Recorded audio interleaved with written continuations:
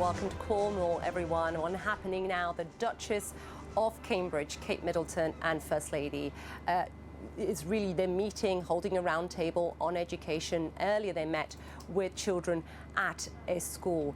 The Queen will also be in Cornwall to meet the summit leaders in the coming hours at the Eden Project. She's already met 12 US presidents. That's more than a quarter of them. CNN's royal correspondent Max Foster joins me now. And Max, we are looking at these live pictures from Hale, England, of Jill Biden meeting with the Duchess of Cambridge. And I suspect that the First Lady will feel right at home when she met children a few moments ago, Max. Yes, this is a roundtable of experts from the UK and the US about children and their well-being, really. This is something that the Duchess has been particularly focused on throughout her work, well-being of young children and their resilience, and obviously something that Jill Biden cares about as well. So this is really the first of a medley of royal engagements throughout today. They're really out in force today. You've got Kate and William, you've also got Charles and Camilla, but you've also got the Queen going down to Cornwall as well, and she doesn't normally travel that far, so this really shows how important the royals are in their diplomatic efforts for the government, but also how these projects, particular projects close to the hearts of the royals, are something that they want to promote as well. So we'll see the Queen later on at the G7 summit, or after the summit actually, because they obviously have no political role in that. And I'm sure we'll see her at the centre of the family photo as well, which I think, Issa, will be a big moment for you later on. It's always quite poignant to see the Queen right in the centre of all that power. She's only got a ceremonial role, but she is the longest serving head of state, and she seems to be the one person on the planet that all the other heads of state defer to because she's in that position. Also, because she doesn't have a political role, she's less divisive.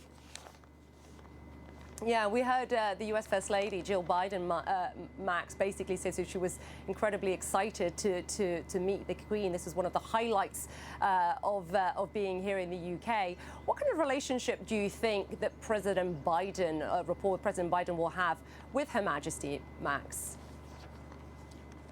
Well, you know, President Biden hasn't met the Queen before, but he is an expert on the international stage and he'll understand all the protocols which often save the Queen from embarrassment. You remember the Obamas and the Trumps have previously broken some of the protocols. I don't think intentionally, of course, but I think Biden will be much more informed on all of that. Jill Biden as well, very experienced on the world stage as well. So I think it'll be interesting to see them together. The main event, really, for the Queen will be on Sunday when she hosts the Bidens at Windsor Castle. But today is really about the Queen coming down and representing the UK, acting on behalf of the government, and really it's a charm offensive, really. And the Cambridges and also Charles and Camilla are down here because they're part of the transition. Eventually they'll be representing the country in their own right.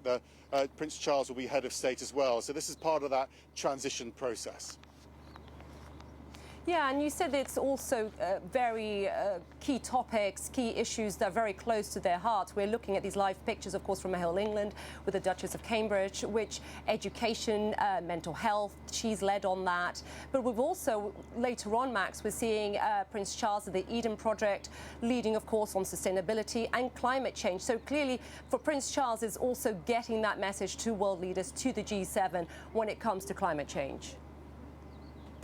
Yeah, so he'll have his own roundtable off the back of that Eden reception, really. So this is, you know, these things are often negotiations, aren't they? The government will get together with the palace and they'll decide, you know, we want the royals doing this part of their diplomatic role, but then the palace will also want to promote the royals in their own interests. So seeing here the Duchess speak, and it's interesting seeing how she's developed, don't you think, Issa, the way over time she was so nervous in front of the cameras for so long. I think what's been interesting about lockdown for the Duchess is that she's managed to do a lot of video calls without all the fuss of cameras around her, and she's become much more comfortable in front of the cameras. So if you get her on a topic she really cares about like this, childhood welfare, education, and you put her in front of the cameras, she's really coming out of herself now as well. Also, frankly, more pressure on her to do so now that the Sussexes aren't around to share the burden of these royal duties.